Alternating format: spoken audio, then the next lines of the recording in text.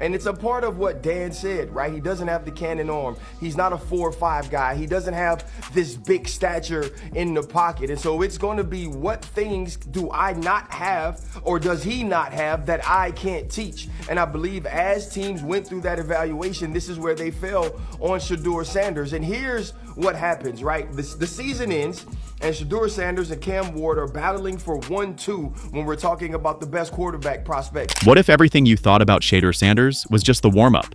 Ryan Clark just dropped a truth bomb that's flipping the QB1 conversation on its head. Forget the flashy highlights and viral throws. This is about what really sets Shedeur apart, and it's not what the scouts are looking at. Is he just Deion's son riding the hype train, or is there something deeper? Buckle up, because the truth just got louder than the noise. Browns will do anything not to play Shedeur. Everyone knows the story by now with the draft. The Browns never wanted Sanders, and now it seems like they're trying to sabotage his career. Let me explain. First, they just released their unofficial QB depth chart, and where do you think they have Sanders listed? Yup, that's right, last. And if you're thinking it must be based on performance so far in camp, you'd be wrong, because here are the stats from all 4 QBs so far this training camp. Sanders has not only not been the worst, he's been the best, but he's... Subscribe if you think Shedeur should be the starting quarterback. So apparently, Ryan Clark just committed the ultimate sports media crime. He told the truth, not the fluffy PR-approved vanilla truth. No, he rolled up, looked the hype machine dead in the face, and said, "You might want to sit this one out, because when it comes to Shedeur Sanders, there's a lot of smoke. Some say he's all flash, no substance. Others think he's the next great quarterback who just happens to moonlight as a walking NIL billboard." Last night, and we expect him to go first round. He expects himself to go first round. Then it becomes a huge disappointment. What it said about this year is, if you ain't our guy, we ain't reaching for you at the quarterback position. And the Pittsburgh Steelers, who have been through it with Kenny Pickett, decided they weren't going to go through it twice. And I do believe that Aaron Rodgers looming over that entire thing had something to do with that pick. And then Ryan Clark shows up and dares to inject logic into the madness. See, the football world loves a narrative, especially when it's dripping with celebrity lineage, TikTok charisma, and more wrist accessories than an entire high school prom. But Ryan wasn't here for the glitz. He zoomed past the custom Maybachs and Rolexes and went straight for the jugular. What actually makes a quarterback worthy of QB1? The leadership that Deion has, Prime has, and we all know him. But now Shedeur has to be that man and maybe, step out a little bit, come from underneath the wing and become the man, because this is a performance-based league. If Shedeur goes out there and balls out, he's going to be a starter on the team, and I would bet that he's going to be a starter on the team. Maybe not to start the season, but for the end of the 25 season, Shedeur is going to be leading the team this season. Cue the dramatic music and awkward silence from everyone who realized they haven't been watching tape, just watching TikToks. Let's back up. Shedeur Sanders didn't just fall out of the sky wearing Louis Vuitton cleats and an attitude. He earned this moment, or, depending on who you ask, inherited it with a platinum spoon. First, he lit up Jackson State like it owed him money. Then he transferred to Colorado, and the circus followed, complete with dad coach Deion. Team overhauls, cameras, merch, and oh yeah, football. There's a lot of noise around Shedeur around the draft. Whether it's fair or unfair, it's ancient history. And if I was the GM of the Browns, I would look him and Dillon Gabriel in the eye and say, hey, your job is to make my job easy, which is to say at the end of the 2025 season, we have a quarterback. We have 2 first-round picks, and we don't need a quarterback. And go earn it each and every day. And if I'm the Browns, I play the best player, and there's no reason it can't be one of those rookies, and in my opinion, to be. But here's the thing no one wants to admit. Shedeur isn't famous because of Deion. He's scrutinized because of Deion. There's a difference. Nepotism would have folded under the first blitz. Instead, this kid stood in collapsing pockets and made throws that would have made NFL scouts rethink their vacation plans. Of course, the critics only saw the shades and wrist flicks. They missed the pre-snap reads. They ignored the late-game drives. And they sure as hell didn't notice that while everyone else was getting facials on media day, Shedeur was quietly rewriting what toughness looks like in a quarterback. Ryan Clark didn't need a highlight reel to see it. He saw the leadership, the boring stuff that doesn't trend on social media, the way Shedeur takes hits like he owes the turf rent, the way he studies film like it insulted his mother, the way he treats third downs like a personal vendetta. That's what made Ryan speak up. It wasn't hype. It wasn't PR. It was the simple, undeniable truth. Shedeur Sanders isn't just pretending to be QB1. He is QB1. He just happens to wear chains while doing it. All that 5th round stuff is done. Think about it. Understand, this is crazy. If you was a person who thought Shedeur Sanders was going to start and play, and you wanted him to start and play, and you wanted him to be a number 2 overall pick, if he was the number 2 overall pick, he probably would be starting Guess what? What game? The first preseason game. He's a 5th round pick. Now let's talk about the substance beneath the swagger, shall we? Because under that designer hoodie is a football brain that's running analytics faster than Twitter trolls can hit send. Shedeur's pocket presence? Surgical. The kind of stillness that reminds you of Tom Brady, if Brady had a fade and significantly better dance moves. When the pocket collapses, most quarterbacks panic. Shedeur? He calculates. He's not just playing football, he's dissecting it in real time. You can practically see the algebra equations swirling above his head. But yeah, sure, let's pretend he's just another influencer in shoulder pads. And about those stats, the receipts are long and they are loud. Completion percentage, cleaner than a whistle at church. Touchdowns, plentiful. Interceptions, minimal. It's like he skipped the rookie mistakes part and fast-forwarded to franchise cornerstone. But we don't talk about that, because it doesn't fit the narrative that he's just a kid with connections and drip. Here's what really rattles people. Shedeur has swagger and substance. That combo breaks brains. People are used to one or the other. You're either the silent killer or the flamboyant flameout. But what happens when the guy who walks like a star also prepares like one? Suddenly, the media short circuits. Fans don't know if they should cheer, hate, or ask him for skincare tips. Really seem like they care. I like the conversations around Shedeur Sanders have absolutely gotten to a point to where it's just laughable. Right, when the owner comes out and basically says, shoot, I ain't want him. Andrew Berry had to draft him. You were not going to draft him. Yeah, you're like, I think it's now it's Code like, red. Yeah, like, okay, so we've gotten to this point to where we're saying, as an owner, we didn't even really want him on the team, and now you're going to ask Kevin Stefanski to push him to the front of the line so you can see what you have in him, because we all believe that he has starter quality. And the locker room? That's where the myth gets murdered or made. Ryan Clark's whole point wasn't about how Shedeur looks on camera, it was about how he leads off it. He's not doing press tours while skipping practice. He's the guy staying late, holding players accountable, and then roasting you for missing a route, all while wearing sunglasses indoors. Even coaches admit it. This kid isn't just tolerating pressure, he's thriving in it. Colorado had more drama than a soap opera last season, yet through it all, Shedeur remained the calmest person in the room. But Ryan Clark saw through that noise and recognized something rare. A quarterback who owns his position without asking for permission. Because here's the real gag. Shedeur doesn't beg for respect. He demands it.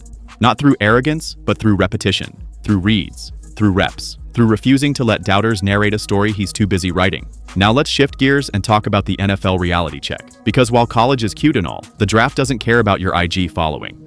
Is expected to start Cleveland's preseason opener against the Panthers. How about that? First reported by Mary Kay Cabot, and that was confirmed by Shefty, and he's been dealing with some shoulder soreness as well. Shrakes, what do you think about this? I perked up. This is the Shedeur effect. I perked up. I didn't anticipate this, and now it's okay. Shedeur's gonna play. NFL scouts want to know if you can throw a 20-yard out with a 300-pound man in your face and 3 seconds left on the clock. And wouldn't you know it? Shedeur's already got the resume. What separates him isn't just physical skill, it's mental processing. He's got that rare QB gene, the ability to diagnose defenses before the snap, adjust mid-play, and punish mistakes like a tax auditor. He's not just playing quarterback, he's solving it like a Rubik's Cube made of linebackers. Yet still, the conversation circles back to the distractions. Let's be real, if a white quarterback from a Southern school had Shedeur's stats, toughness, and leadership, they'd already be polishing his Heisman and arranging a parade. But Shedeur dares to be different. He dares to be confident, flashy, and fundamentally excellent, all at once. And that's why Ryan Clark had to speak up. Because if we're being honest, the sports world doesn't know what to do with a quarterback who breaks all their stereotypes while beating their teams. And we haven't even talked about the mental game. Forget the physical tools. Shedeur's real weapon is between the ears. His emotional intelligence is off the charts. He doesn't crack under pressure, doesn't clap back at nonsense, and doesn't fold when the spotlight gets hotter. What are your expectations for Sanders when he goes out there and gets this start? What's interesting, Chris, is that we've seen this movie before. If you go back to Sanders' history, right, you go back to his first game in college at Jackson State against Florida A&M, who was ranked at the time, did great in that ball game. You go to his first game at Colorado against a ranked TCU team that everybody expect to beat the doors off Colorado. I'm expecting Shedeur to realize the gravity of this moment and to play really well, because one, he has to, because that gives credence to everyone else saying, well, see, this is why you win the 5th round. In a world where QBs crumble from mean tweets, this guy's been dealing with national scrutiny since he was in high school, and he handles it like a seasoned vet who just happens to be 21. The real flex? He makes all of this look effortless, like he was built for the chaos. And maybe he was. Growing up with a father like Dillon Dillon meant pressure wasn't optional, it was air. It meant proving himself wasn't just a task, it was tradition. And instead of whining about expectations, Shedeur weaponized them. He turned the doubt into drive. So here we are, knees deep in the QB1 jungle where the grass is thick, the opinions are louder than a barbershop on Super Bowl Sunday, and every scout thinks their spreadsheet holds the gospel truth. But when Ryan Clark chimed in with some actual reasoning, not vibes or vendettas, things got real. Let's start with where Shedeur stacks up against the other QB contenders. You've got your usual suspects, rocket arms, robotic mechanics, and cookie-cutter press interviews that sound like they were written by ChatGPT on melatonin. Then you've got Shedeur, calculated, creative, and with a delivery sharper than a tax auditor during bonus season. Important. It does come with context. Kenny Pickett and Dillon Gabriel both dealing with hamstring issues. They're not putting Joe Flacco in there, who is their projected week 1 starter. So they are down to basically saying like, all right, Shedeur, here's your shot. And this is exactly what you need. I mean, anytime you talk about a 5th round pick, forget about the name attached to him. He's going to have to look for these situations where maybe a couple guys are down right now and he has his chance to step up. And then if he does well, there's no looking back. That being said, he is getting this first chance. This is a chance to shine. The difference? He thinks the game. While other guys are checking their first read, Shedeur's already clocked the weak side blitz, the coverage rotation, and the guy who forgot his assignment because he was too busy watching Shedeur's jewelry sparkle mid-snap.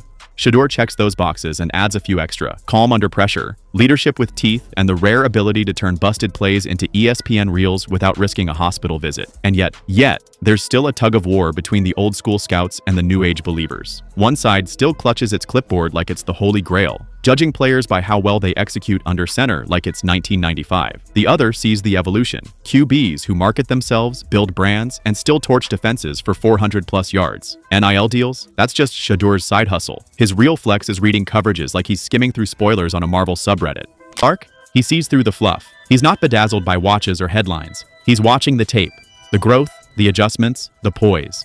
He's not saying Shedeur's QB1 because it sounds cool. He's saying it because Shedeur plays the position like a grown man who's already had dinner with a defensive coordinator and ruined his evening. Shedeur's been handling cameras, critics, and chaos since he was doing long division. Blocking out noise? That's muscle memory at this point. Emotional intelligence?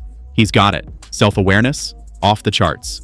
Ryan Clark sees it, and he knows how rare it is. Now zoom out for the big picture. This isn't just about one QB, it's about every black quarterback who's been asked to jump through extra hoops just to prove they belong. Lamar Jackson was told to switch positions. Jalen Hurts had to turn into a cyborg just to be taken seriously. And now Shedeur's in that same legacy. Poised, polished, but having to answer questions his white counterparts never get asked. Leadership from black QBs is still dissected like it's a science project. Too confident, arrogant, too calm, disengaged, too flashy, not focused. But Shedeur, he's rewriting that narrative. He's all of it. Bold, strategic, marketable, and deadly accurate. Is he QB1? The answer's been playing out in real time every Saturday. Look at the stats. Look at the growth. Look at how he elevates everyone around him. Not with rah-rah speeches, but with actual performance. He doesn't need to ask for the crown. He's out here earning it. He's built for what's next. So what's the verdict? Is Shedeur QB1 material? Well, let's review. Laser arm, elite football IQ, proven leadership, absurd poise under fire, NFL mechanics, and the ability to command a room like he's hosting an awards show.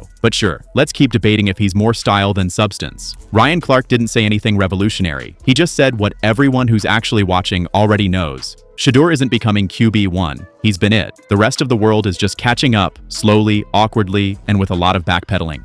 The truth Ryan dropped wasn't just about football, it was about perception. It was about how we still struggle to accept a quarterback who doesn't fit neatly into a box. Shedeur's out here building a new one, and it comes with LED lighting and gold trim. Next time someone tries to reduce Shedeur to his last name, his watch collection, or his press conference quotes, just remember, the kid plays chess while everyone else is posting checkers highlights. Maybe, just maybe, QB1 doesn't look like what we're used to. Maybe it looks like a guy in shades calling audibles with a grin, who already knows what the defense is doing, and what the critics will say afterward. Ryan Clark didn't create that truth. He just dared to say it out loud. And now that it's out there, good luck putting the genie back in the playbook.